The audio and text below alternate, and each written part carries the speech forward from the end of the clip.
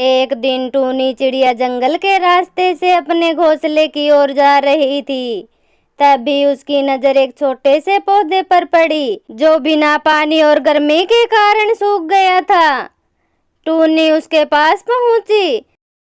अरे, ये पौधा किस चीज का है जो बिना पानी के सूख गया है? देखने में तो एक सेब का पेड़ लगता है। अगर यह यहाँ ऐसे ही बिना पानी के रहेगा तो कुछ दिनों में पूरी तरह नष्ट हो जाएगा। मुझे इस पौधे को यहाँ नहीं छोड़ना चाहिए।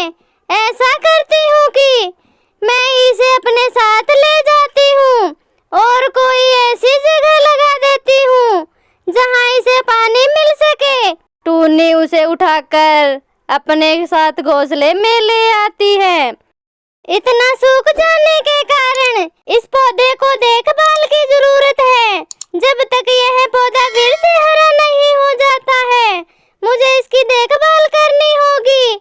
अब जल्दी से इसे अपने घर के बाहर ले जाकर लगा देती हूँ। टूनी उस पौधे को घर के बाहर लगा देती है। वह उस सूखे पौधे में हर रोज पानी देती और उसकी देखभाल करने लगी।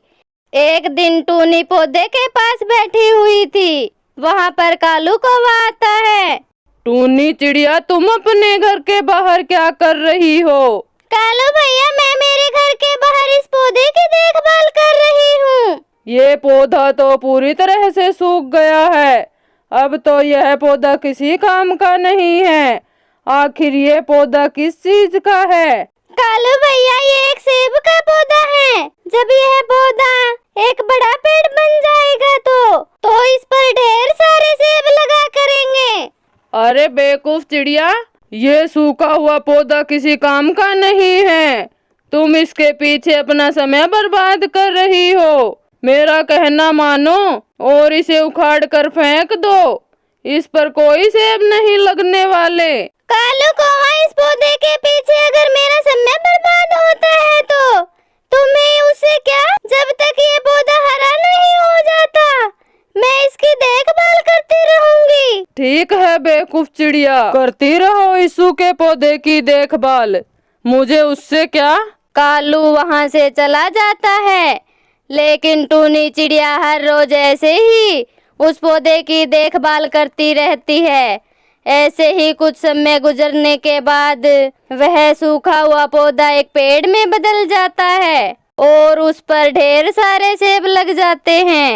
अरे वाह, मेरे पेड़ पर कितने सारे सेब लगे हुए हैं और ये सेब खाने में कितने मीठे हैं।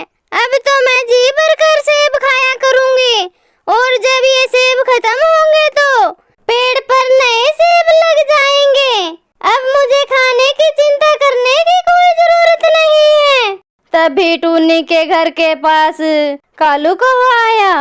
अरे, टूनी के घर के पास कितना बड़ा सेब का पेड़, मुझे चलकर देखना चाहिए। कालू टूनी के पास पहुंचा। टूनी चिड़िया, तुम्हारे घर के बाहर इतना बड़ा सेब का पेड़ कहाँ से आया? कालू कौवा, ये वही सूखा पौधा है जिसे तुम उखाड़ कर फेंकने की बात कर रहे थे। क्या ये वही सूखा पौधा है?